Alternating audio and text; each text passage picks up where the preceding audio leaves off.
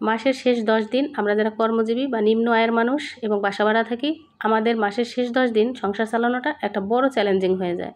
তো সেই 10 দিন ধৈর্য ধরে মেনটেন করব কিভাবে, যাদের ঘরে বাচ্চা আছে বা আমরা যারা ফ্যামিলির লোকজন আছি কীভাবে খাওয়া দাওয়া করব, চলবো, সেটা একটা বুদ্ধি খাটিয়ে প্ল্যান করে চললে তখন কিন্তু আমরা হিমশিম কম খাই। যেমন ধরুন আমি এখানে 100 টাকার গুঁড়া মাছ আনছি। এই গুঁড়া মাছটাকে আমি বড়গুলো আলাদা বাছাই করে রাখবো এবং ছোটোগুলো আলাদা বাছাই করব। এখানে মলা মাছ আছে আর চাপিলা মাছ আছে। তো 2 ধরনের মাছ এখানে আলাদা আলাদা করে নিচ্ছি এবং এটাকে আমি 5টা ভাগে ভাগ করে রাখবো। আমি যখন মাছগুলো বাছাই করি তখন আমি দেখলাম যে 5টা ভাগ হয়। তো ছোট ছোট করে, যেহেতু বাচ্চারা মাছ খায় না, ছোট মাছ তো একদমই খাবে না, তো সেই জন্য ওদের জন্য মুরগি নিয়ে আসছি। আর আমরা হচ্ছে মাছ খাবো। কিছু মাছ পুরনো মাছ ফ্রিজে আছে, যেই মাছগুলো আমি আগে খেতামই না, ফ্রিজেই পড়ে থাকতো এই যে। তো এই মাছটা হয়েছে আগে যখন বাজারগুলো করি সেই বাজারের থেকে কিছু মাছ ফ্রিজে থেকে যায়, সেই মাছটাই এখন আমার এই মাসের শেষ দিন কাজে লাগে। যেমন ধরুন প্রথমে খেতে মন চায় না, পরবর্তীতে যখন মাসের শেষ 10 দিন চলতে কষ্ট হয় বা মাছ থাকে না, বাজার করতে হিমশিম খাই, তখন কিন্তু এই মাছগুলো বের করে খুব সুন্দর করে রান্না করি। এইগুলো তখন মজা লাগে। একটা প্রবাদ আছে না যে আপনার পকেটে যখন টাকা থাকবে না এবং আপনি রাস্তায় দাঁড়িয়ে পেটে ক্ষুধা থাকবে, তখন কিন্তু ফুটপাতের রুটি কলাও খুব মজা লাগে। তো তেমনি কিন্তু আমরা যারা নিম্ন আয়ের মানুষ, আমাদের বাসা ভাড়া দিয়ে চলতে হয়, তখন কিন্তু আমাদের এই মাসের শেষ 10 দিন এরকম অবস্থা হয় যে আমরা কিন্তু চলতে হিমশিম খাই এবং তখন বুদ্ধি খাটিয়ে যেটা করি সেটাই মজা লাগে। তো যাই হোক, আমি কিভাবে মাসের শেষ 10 দিন চালাই আপনাদের সাথে শেয়ার করতেছি। এই যে এখন দেখুন পুরনো মাছটা আমি রান্না করতেছি, এটা আগের মাছ ছিল। তো এখানে আপনি একটা টেকনিক অবলম্বন করবেন যারা রান্নাবান্না করেন, সেটা হয়েছে ছোট ছোট কড়াই ব্যবহার করবেন। যেমন ধরুন আপনি যখন ছোট কড়াই এরকম ব্যবহার করবেন, আপনার অল্প তেল মশলা এবং অল্প শাকসবজি বলেন বা মাছ বলেন, সেটা কিন্তু অল্প রান্না হয়। আর অনেক বেশি কড়াইতে অল্প রান্না করতে ভালো লাগে না। এটাও একটা বড় টেকনিক যে আপনি ছোট জিনিসে রান্না করলে অল্প জিনিস রান্না করতে পারবেন। তো এই যে দেখুন আমি সেই মাছটাকে 5 ভাগ করে ফেলছি। বড়গুলো 3টা ভাগ হয়েছে, ছোটোগুলো 2 ভাগ হয়েছে। তো এটাই আমি যখন এই যে 5 দিন আমি প্রতিদিন না খেয়ে যদি একদিন পরেও মাছ খাই, তাহলে কিন্তু আমার 10 দিন অটোমেটিক চলে যায়। তো এই জন্যে আমি বলছি যে মাসের 10 দিন, শেষের 10 দিন আমি কীভাবে রান্নাবান্না করব। তো সেই সাথে আমি কিন্তু বড় একটা মুরগি কিনছি, আপনাদের সাথে শেয়ার করব। সেই মুরগিটাও কিন্তু সেইটাও আমি সুন্দর করে ভাগ ভাগ করে রেখে দেবো, যেন মাসের শেষ 10 দিন বাচ্চারা খুব আরামসে খেতে পারে, ওদের যেন কষ্ট না হয়। আসলে মা বাবা যখন হয় মানুষ, তখন কিন্তু সে নিজে কী খেলো, নিজে কী পড়লো সেটার দিকে খেয়াল থাকে না। বাচ্চারা ভালো খাবে, বাচ্চাদের কষ্ট যেন না হয়, বাচ্চারা যেন ভালো থাকে, সেটাই কিন্তু সকল বাবা মা করে। এটা প্রত্যেকেই, মানে এটা স্পেশালি কাউকে বলার কিছু নাই, সবাই যারা মা বাবা হয় প্রত্যেকেই এই একই কাজ করে। তো এখানে আমি কিন্তু সিম দিয়ে, আলু দিয়ে, তারপর হচ্ছে টমেটো দিয়ে রান্না করতেছি। মাছটা দিয়ে এখানে সরপুঁটি মাছ। আর এই যে দেখুন যে ছোটো মাছ, এই ছোটো মাছ কিন্তু 1 ভাগ আমি সুন্দর করে পরিষ্কার করে নিতেছি আর বাকি 4টা ভাগ আমি রেখে দিয়েছি। তো এখানে একটা ভাগ পরিষ্কার করে এটা আমি টমেটো দিয়ে চচ্চড়ি করব। তো আমরা হচ্ছে সংসার খরচ কমানোর জন্য যদি এই পদ্ধতিগুলো অবলম্বন করি, তাহলে দেখবেন আপনি একটু হলেও সংসারটাকে সুন্দরভাবে চালাইতে পারছেন। এবং যারা নিম্ন মধ্যবিত্ত আয়ের আমরা কিন্তু কিছু টাকা হলেও সেভ করতে পারি মাস শেষে। আমি ভিডিওটা নিয়ে আসছি, অনেকে ভিডিওটা দেখে হাসবেন বা অনেকে লজ্জায় বলতে পারেন না, অনেকে এরকমভাবেই চলেন, অনেকে এর চেয়েও খারাপ চলেন। তো আমি বলবো অনেকে লজ্জায় এগুলো তুলে ধরেন না বা বলার সাহসও পান না, আর হচ্ছে শেয়ার করার সাহস পান না। তো আমি যেভাবে চলি এবং আমি যেভাবে সেভ করি যেন অসময় দুঃসময় সেই সঞ্চয়টা আমার কাজে লাগে, সেটা আমি আপনাদের সাথে শেয়ার করতেছি। অন্য মানুষ কী বলবে সেটা যদি ভাবতেই যাই, তাহলে আমাদের গ্রামের জায়গা জমি বিক্রি করে ঢাকা শহরে থাকতে হবে, একটা ফ্ল্যাট কিনে এবং সুন্দরভাবে চলতে হবে, জাঁকজমক করে মানুষকে শো আপ করতে হবে। তাহলে কিন্তু খুব সুন্দর করে দেখানো যাবে যে হ্যাঁ আমি কত ভালো আছি, কত ভালো খাইতেছি। কিন্তু এটা কি আসলেই বুদ্ধিমানের কাজ হবে? এটা কি আসলেই সম্ভব? নাকি যেটা আমরা নিজেরা গায়ে খেটে উপার্জন করে মাস শেষে যেটা ইনকাম করব, ওই ইনকামটার মধ্যেই আমরা সারা মাস চলবো সুন্দরভাবে, পরিবারের সমস্ত সদস্যরা সুন্দরভাবে থাকবো, পাশাপাশি কিছু টাকা সঞ্চয় করব। আর যারা ওইভাবে গ্রামের সব কিছু বিক্রি করে, জায়গা জমি, বাবার কিংবা শ্বশুরের সব কিছু বিক্রি করে তারা যারা শহরে থাকে, আসলে ওইটা কি সফলতা? ওইটা কি সফলতা বলে? নাকি তারা ভবিষ্যতে টিকে থাকতে পারবে, আপনারাই বলুন। তো আমি কথা বলতে বলতে কিন্তু 2টা আইটেম কমপ্লিট। একটা হচ্ছে সরপুঁটি মাছ দিয়ে সিম আলু ঝোল, আর একটা ছোটো মাছ চচ্চড়ি।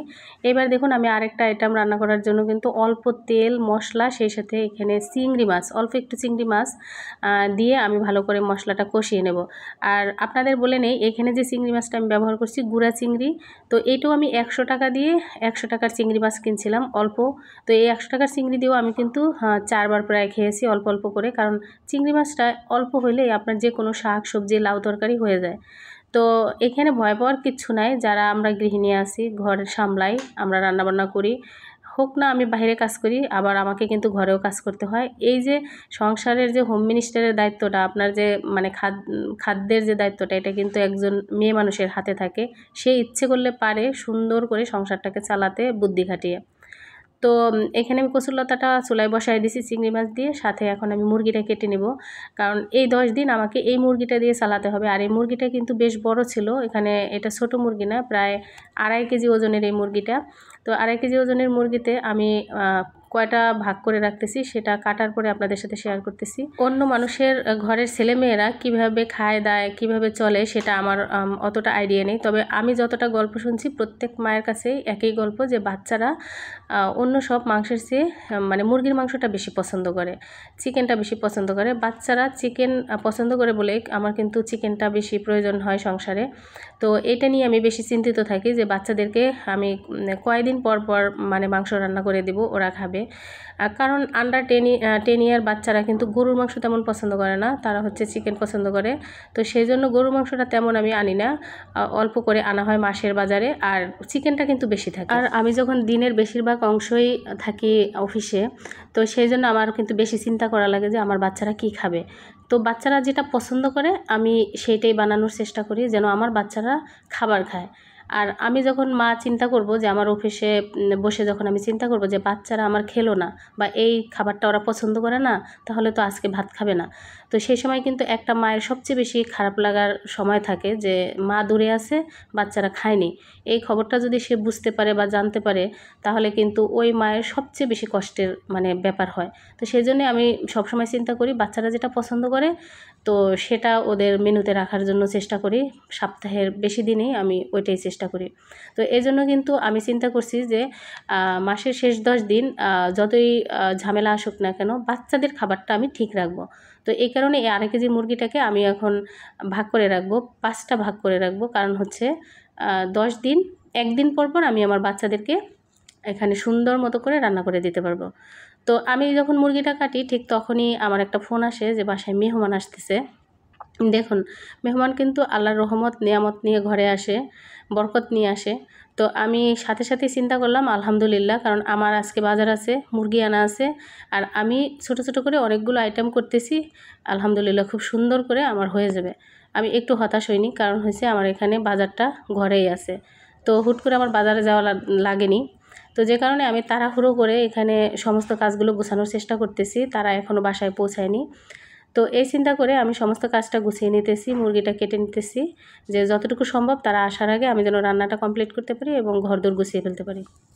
তো যাদের আমাদের কম আয় এবং হচ্ছে এভাবে চলাফেরা করি, আমরা সংসারটাকে চালাই, তারা কখনোই হঠাৎ করে যদি কেউ মেহমান চলে আসে হতাশ হবেন না। কারণ আল্লাহ তাআলা মেহমান কিন্তু যে আসে তার রিজিক সে নিয়ে চলে আসে ঘরের মধ্যে।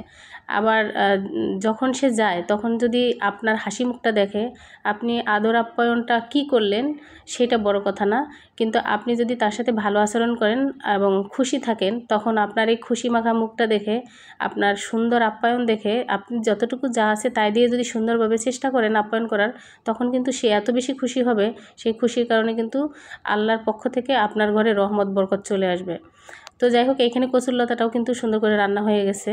এই যে দেখুন, এখানে আমার 3টা আইটেম কমপ্লিট। এখন আমি এই যে মাংসগুলো সুন্দর করে ধুয়ে আলাদা করে রেখে দেব। আর এখান থেকে কিছু অংশ রান্না আমি করব, যেহেতু বাচ্চারা খাবে আর সেই সাথে মেহমানও আসতেছে। তো এরপরও আমি আজকে এই মাংসগুলোকে 5টা পোটলা করব, আর আজকের জন্য একটু বেশি রান্না করব। একটা মজার কথা সেটা হয়েছে, এই মাসে আমি এই 100 টাকার মাছ ছাড়া আর কোনো মাছই কিনি নাই। কারণ গত মাসে আমি মাছের বাজার করছিলাম, অনেক বেশি মাছ কিনে ফেলছিলাম। সেই মাছটাই ফ্রিজে রেখে মানে অনেক দিন ছিল, যে কারণে আমি আমার হাজব্যান্ডকে বলছিলাম যে এ মাসে তুমি আর কোনো মাছ আনবা না, কারণ মাছটা আমি কিনবো। কারণ অনেক দিন মাছ যদি ফ্রিজে থাকে সেই মাছটা খেতে আমার একদমই ভালো লাগে না। আর আমি দেখছি অনেক বেশি বাজার করলেও না একসাথে সেই বাজারটা অপচয় হয়। কারণ সবাই তো আসলে একরকম না, সবার হাত একরকম না। অনেকে আছেন সারা মাসের বাজার করে কিংবা 2 মাসের বাজার করে সুন্দর করে চালাতে পারেন, কিন্তু আমি আবার এরকম পারি না। আমি হচ্ছে যদি 1 সপ্তাহের বাজার হয় বা 15 দিনের বাজার হয় আমি সুন্দর করে মেনটেন করতে পারি, না হলে আমার কাছে অনেক বেশি অপচয় হয়। তো যাই হোক, যারা ভিডিওটা দেখছেন আপনাদের উদ্দেশ্যে বলছি যে এই যে দেখুন আমার কিন্তু সেই মেহমানরা চলে আসছে অলরেডি। তাদেরকে আমি আসার সাথে সাথে শরবত দিয়েছি এবং তারা এখন রেস্টে আছে। এই সুযোগে আমি তারা আমার জন্য কি কি নিয়ে আসছে সেটা আপনাদের সাথে শেয়ার করি। দেখুন গ্রাম থেকে চলে আসছে, তারপরও তারা আমার জন্য অনেক সুন্দর সুন্দর জিনিস নিয়ে আসছে। আসলে কী নিয়ে আসছে সেটা বড় কথা না, কিন্তু ভালোবেসে প্রত্যেকটা জিনিস সে যখন অনুভব করছে, যখন এই জিনিসগুলো প্যাকিং করে কিংবা গাছ থেকে পারে বা এগুলো মানে ম্যানেজ করে, তখন কিন্তু সে প্রতিটা ক্ষণে ক্ষণে আমার কথা চিন্তা করছে। এখানে নিয়ে আসছে অনেকগুলো চাল, যে চালগুলো আমার পুরো 1 মাস চলে যাবে। আলহামদুলিল্লাহ আগামী মাসে আমার চাল কিনতে হবে না, এটা ভেবে আমার খুব খুশি লাগছিল। সেই সাথে সাথে এই যে দেখুন এখানে আছে পেঁপে। তো পেঁপে তরকারিটা আমি ভীষণ পছন্দ করি, ভর্তা কিংবা ডাল দিয়ে রান্না বা মাছ দিয়ে রান্না, পেঁপেটা আমার ভীষণ পছন্দ, আমার হাজব্যান্ডও পছন্দ করে।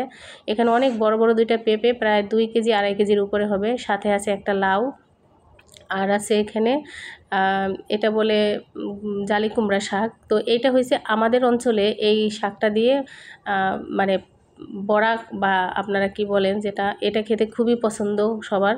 আর এখানে আছে একদম জাংলার পুঁই শাক, আর হচ্ছে আমার পছন্দের সবচেয়ে পছন্দের কচু শাক।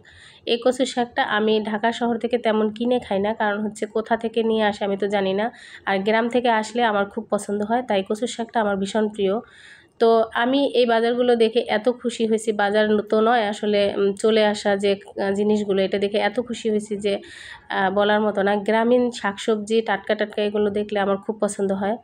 আর এই যে দেখুন অফ ক্যামেরায় আমি রান্না করছিলাম, মাংস রান্না করছি, সেই সাথে এই যে যখন পাতা চলে আসছে কুমড়োর পাতা, তখন এই পাতা দিয়ে বড়া করতেছি। এই যে এভাবে আমাদের অঞ্চলে তো সারাদিন কাজবাজ শেষে আমি কিন্তু পরে কচু শাকগুলো সিদ্ধ করে এভাবে এখন ফ্রিজে রেখে দেবো, কারণ আজকে অনেক রান্নাবান্না করে ফেলছি। আর অনেকগুলো কচু শাক আমার অনেক দিন চলে যাবে সুন্দর মতো, এভাবে আমি এখন ডিপে রেখে দেবো। তো আমরা যদি মেয়েরা এভাবে বুদ্ধি খাটিয়ে ধৈর্য ধরে হতাশ না হয়ে সংসারটাকে মেনটেন করি, ইনশাল্লাহ আমরা সবাই সুন্দর করে সংসার চালাতে পারবো, কেউ হতাশ হব না, এবং সেই সাথে মোটা অঙ্কের টাকা আমরা সেভিংসও করতে পারবো। তো সারা মাসের বাজেটগুলো প্রথম থেকে করে রাখবো এবং শেষের 10 দিন হতাশ না হয়ে সুন্দর করে মেনটেন করব। আল্লাহ তাআলা সবাইকে সুন্দর করে চলার তৌফিক দান করুন, আমিন। আর আজকে ভিডিও থেকে বিদায় নেব, সবাই দোয়া রাখবেন। আল্লাহ হাফেজ।